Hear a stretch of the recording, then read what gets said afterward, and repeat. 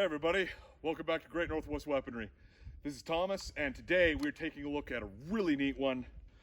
VZ52 Czechoslovakian 7.62 by 45.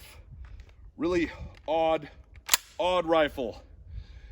So this is one that I've been really excited about. I didn't actually know about these until somewhat recently. And like I'd say maybe a year ago, I found out about them. And pretty much as soon as I found out about them, it was, man, I gotta get me one. And yeah, here we go. Only the second semi-automatic Milsurp rifle that we've taken a look at so far. Second only to the Hakim. So yeah, let's go ahead and take a look at it in the gun room. During the Second World War, the Czechoslovakian army took an interest in intermediate cartridges and self-loading rifles. They wanted something to effectively replace the VZ-24 rifle. This would eventually lead to the VZ-52. There was one that popped up in the middle. I think it's called a ZH-29. And this rifle would be produced for about 10 years, the ZH-29, if that is the correct name for it. I'm actually having a hard time recalling. But though it was produced for about 10 years, it never was produced in numbers sufficient to fully replace the VZ-24 rifle. VZ, by the way, simply means visor or model. So VZ-52 just means model 1952. VZ-24 is model 1924. We actually took a look at one of those in the early days of the channel before ever establishing the gunroom setup. So you can check that out. I'll probably link it in the video description as it pertains to this, as the VZ-52 is what would officially replace that rifle. So the idea was being toyed with as early as World War II, but it really wouldn't be taken a look at in earnest until 1947, at which point the Czech army was accepting submissions for a rifle chambered in the new caliber they developed, 7.62 by 45, which was a proprietary cartridge and would eventually only wind up being used in this rifle, to my understanding. It would come out of fashion, or fall out of fashion, I guess, pretty quickly, and we'll get to that. But 1947, they had developed the new cartridge, and they started accepting applications for new rifles. A number of them were submitted, and the winner would eventually be the VZ-52. But it took a little while to get there because after the German occupation, Czechoslovakia was a little more interested in reconstruction after the war. So it took about 5 years from when they started accepting submissions before they would officially decide on the VZ-52. Mechanically, the VZ-52 is very similar to its Russian counterpart, or I guess technically Soviet, the SKS. The major differences would be the SKS is a tilting bolt design. The VZ-52 is actually a tilting breech lock. Also, the VZ-52 has a detachable magazine and a side-folding bayonet, where the SKS usually has an underfolder bayonet and a fixed magazine. That really, other than that, though, they are actually very similar designs, and both in the intermediate 7.62 cartridges, the VZ-52 would actually wind up being reconfigured to take 7.62 by 39 not very long after it was officially adopted. They stuck around for about 5 years in the configuration scene here, and then at that point they were under so much pressure from the USSR to purchase 7.62 by 39 that they wind up either reconfiguring the existing VZ-52s to 7.62 by 39, or just all the new ones made after that point would be chambered in 7.62 by 39. This would be, by the way, called the VZ-52/57 rifle. And that's one thing with the name VZ-52. You have to be careful when doing research on these. It can be confusing because there are at least 3 guns called a VZ-52. One is what you see here, one is a pistol, and I believe there's also a submachine gun. So again, it simply means model 1952. VZ is visor. It's not an acronym for a manufacturer. We'll talk a little bit more about manufacturers when we go to the tabletop. There was only a couple for the VZ-52, and they're very Czech names. The Czech language is not a language that I'm very familiar with at all. It's another one of those Slavic languages that just kind of messes with my tongue. I can get German pronunciations pretty good, and I speak English. French and Slavic languages always tend to give me a little more trouble than, again, German or, of course, English. But anyway, VZ52. It is a very interesting rifle, however short-lived it was, and it's kind of sad because you think about it, they were trying as early as the 1920s, within 5 years of releasing the VZ24, they were trying to figure something out for a semi-automatic rifle. They, a decade and a half later, finally get it figured out, and then it only stays in service for about 7 years total, even after reconfiguring it to 7.62x39, as much like the SKS, the VZ52 was basically a stopgap rifle between bolt-action rifles and later AK-47 variants. It was there purely to hold them over until they could get their hands on a true assault rifle. In the case of Czechoslovakia, or now the Czech Republic and Slovakia, this would be the VZ58, which was officially adopted in 1959, at which point VZ52 was taken out of frontline service and replaced with the VZ58, of which is more or less an AK-47. I'm not going to go too far into it. I don't know that much about that particular rifle, largely because I don't have one yet. Maybe someday. The history of this rifle would not end there, though. They actually would wind up serving all over the world. They were exported en masse to a multitude of countries. Notably, a lot of VZ-52s were present at the Bay of Pigs invasion in Cuba in the 60s. A significant amount of them were sent to Cuba, though the exact number is unknown. I believe I'd read that Fidel Castro had ordered about 40,000 magazines for them, so that can maybe give an estimate of how many rifles there may have been, and it depends on how many magazines he intended on having per rifle. So if it was just, we've got 40,000, we want 40,000 spare mags, 2 mags per rifle, then you could assume it was 40,000, but it could have been more like 20,000. You want 3 mags per rifle, who knows? There really, from what I can tell, isn't an exact number.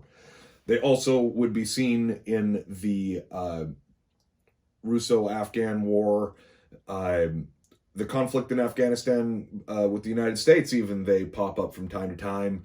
They really, to the modern day, they still pop up every here and there. A lot of them were sent to non-state military forces, a lot of them in Africa, all over Africa, from what I can tell, be it everything from the Middle East down to Angola. Most of them that you find in the U.S. would have come from U.S. soldiers bringing them back as a legal bring back from Grenada. A lot of them were present at that conflict. So they did see widespread use in spite of them, never really reaching huge numbers of production and only being a stopgap rifle. In fact, to this day, in both Slovakia and the Czech Republic, these are used in a similar capacity to how the M1 Garand is used right now in the U.S., kind of more as a ceremonial rifle. You'll see, I don't remember the exact unit, but you'll see them with black and chrome for ceremony, basically, rather than the Parkerized finish that you see on this example, which is a standard finish. Parkerized and or blued. It appears that is something that was altered over their brief life. They started out blued and then were later Parkerized, is my understanding. Differences between the VZ52 and VZ52/57 are pretty minuscule. From my understanding, some of the parts on the 52/57 are painted black rather than blued. And then, of course, there's the obvious rechambering for 7.62x39 instead of the proprietary 7.62x45. And again, this was because of pressure from the USSR, of which, from my understanding, the Czech Republic was never actually, or Czechoslovakia, I guess at the time, was not technically part of the USSR, but they had trade agreements, and the USSR kind of had a tendency to threaten and or bully pretty much anybody that they had any sort of agreement with. Like, oh, you have your own rifle. Oh, that's cool. What's it chambered in? Oh, not 7.62 by 39? Well, you're going to have to change that right now and start buying 7.62 by 39 and buying it from us, or we might have to renegotiate our agreement type of situation. So a lot of the smaller countries on the periphery of the USSR would wind up adopting either SKSs or at least the 7.62 by 39 cartridge. This is nowhere near as widespread of a rifle as the SKS, and again, in the United States, these are really quite rare. This is the only one I've personally seen. With my own eyes. I've seen pictures of plenty on Instagram. It is definitely a piece that a lot of collectors hunt down. So a lot of people who are more serious about collecting, this is a kind of a prize piece. Doesn't really like to sit on this on my rifle stand here so well. It's very very round all the way through. But anyway, that about wraps up the history of the VZ52. So let's go ahead and take a look at disassembly, if we can manage it, on the tabletop. Before we get into disassembly, we've got a couple of markings to take a look at. They're all going to be on the left side of the receiver. So at the tip of my fingers there, you see that 3-letter stamp, SHE, that denotes your manufacturer. In the case of this one, this is a Pavoshka Bystrika. I'm going to type out right down here how that is written, because I'm very unsure of pronunciations on this, as we already stated. Czech is not a language that I'm familiar with. This company produced rifles from 1952 to 1956. You can see the date at the tip of my finger here, 1956 in this case. And then next to that, your Czech military acceptance stamp, the crossed swords. It's a very cool military acceptance stamp, if you ask me. There's one other manufacturer that I'm aware of. They'd be denoted by AYM. This is Uherský Brod. Again, I'm going to type out right over here how that is spelt. They produce rifles from 1952 to 1957. Now, magazine extraction. You're going to simply, this clasp here, you're going to depress it, and then the magazine comes free. It's kind of a rock and lock style mag. So put it back in, you're just going to do like so. So remove that, get it out of our way. And real quick, mags were not meant to be quick detach. They were supposed to stay in and only come out for cleaning purposes. So it would be fed from stripper clips, as seen here. Got original surplus ammunition with us today. And in the first part of the video, you notice we had no issues with it. Because of the order that I shoot these videos in, I can already tell you, the next part of the video, we have some significant problems with the ammunition. At one point, I believe that it may be an extractor issue. It's not. The extractor on this gun is fine, but this ammo needs cleaned. This is some dirty ammo, and it just was getting stuck and causing me grief. Now, continuing with disassembly, one thing you can do real quick, take off the handguard to take a look at the gas system. So you've got these springs on either side. You're going to depress those and then simply lift up and pull out. There's a catch there that this is sitting in. So remove that. You can see the whole gas system. So how this gun works is the gas system is right here, and it acts on this piece, which goes to this tube, which, by the way, we can also remove by simply pushing it back and, well, let's see. Okay, gotta have the bolt open. Push back and then pull out. This acts on these arms, of which engage the bolt. It's a very simple system. I'm going to put that back. There we go. Needs to be seated under that lip there. Now, the bolt itself. I'm actually going to turn the rifle around for this. First thing that we need to remove is the dust cover. So what we're going to do, there is a spring acting on this right here. That is your main recoil spring. And it is under a lot of pressure. It is long and it likes to go flying. But we're going to pull this all the way forward and then pull it out. Once you get past this track right here, it is free. You want to be careful of the spring. So I'm going to try and catch the spring when we do this. Try and get it on camera too. Okay, front rocks up, and now we are free, and the spring, there we go.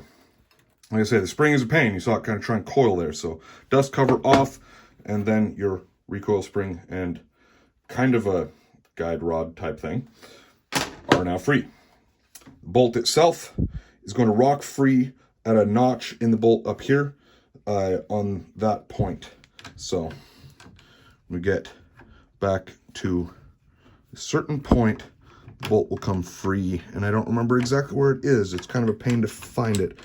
Okay, I have found the spot. I struggled with it for a bit there, so I'm going to just edit some of that out. But right there, rocks free. And then your bolt is now out. And here is the rocking breech lock. This can be extracted by pushing forward and then tilting the back end out. And there we go. Put it back in, just go straight in. And then it's kind of tough-ish. Got to push that end down. So there it is, not in place. Now it is in place. And putting it back in, you want all this to be seated. So make sure you got your bolt oriented correctly. You've got the tracks on either side, and you see there's the indentation on that side of the track that this notch fits into. Got to hold the bolt together while doing this, and you just seat it back down, and then there you go. This is your hammer, by the way. That is a heck of a hammer. Now, the spring. We're going to put the spring in next, and this is kind of a pain, so I'm going to feed part of it in, and then I'm going to try and kind of compress it down and fit it into this here catch you can see on the back there.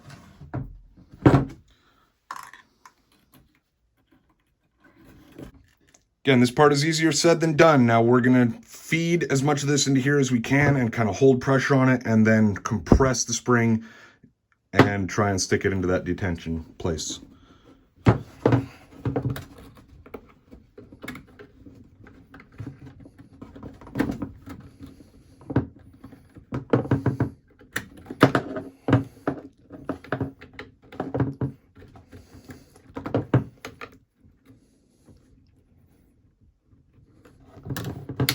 All right, we got it.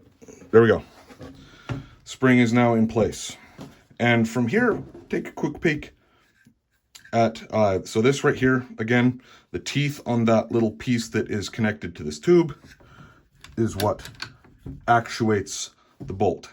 And then this spring is what puts it back. Now, there is a catch on the back right here that this spring fits into.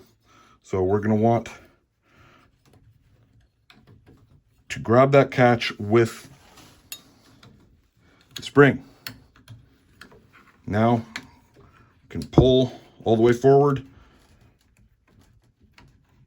until we reach the sweet spot where this fits back in. Now, this should slide all the way back in place, and we are good. Put the handguard back on.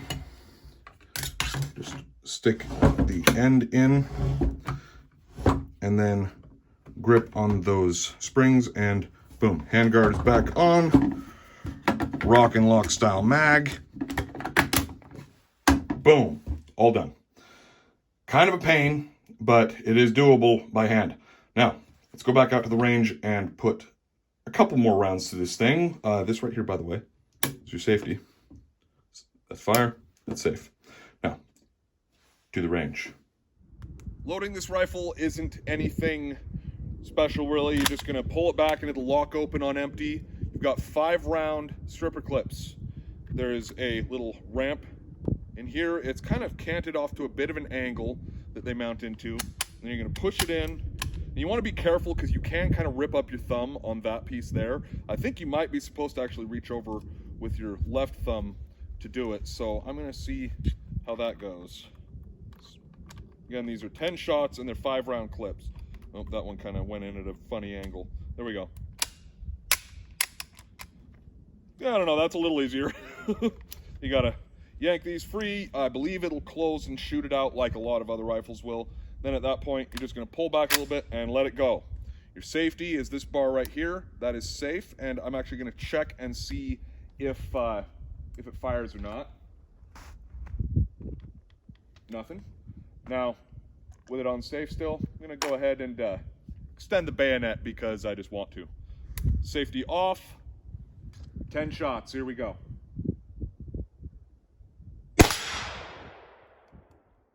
Oh, failure to feed. Oh, failure to eject. Actually, I shredded the bullet. Okay, here we go. This is going to be interesting. Some troubleshooting here. Let's see if I can.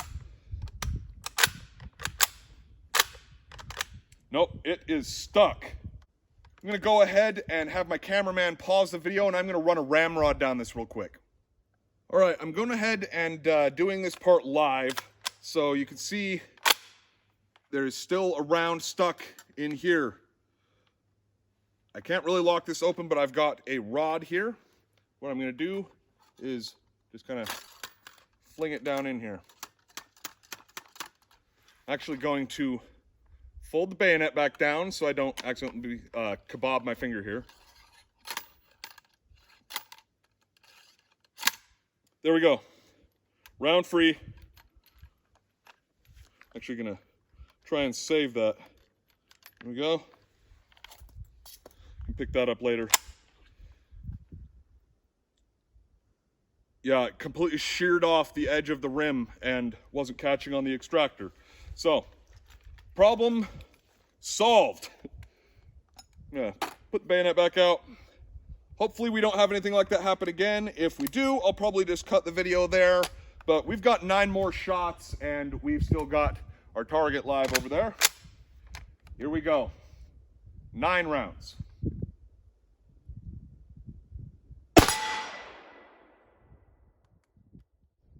Failure to extract again. I believe the extractor on this needs some work.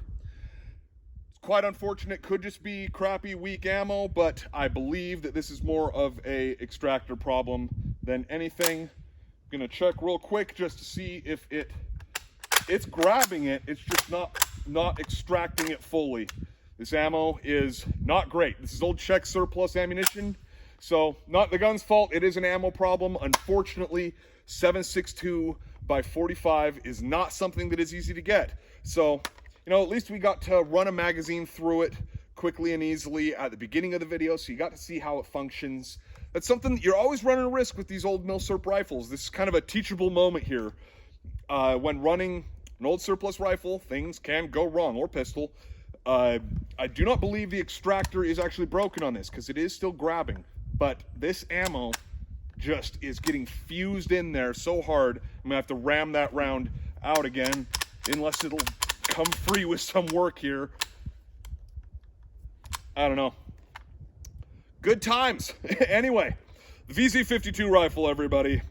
A very cool piece, but again, military surplus ammunition. Definitely something that can be flawed. Anyway, hope you all enjoyed this video. It's been Thomas, Great Northwest Weaponry, and we'll see you guys next time.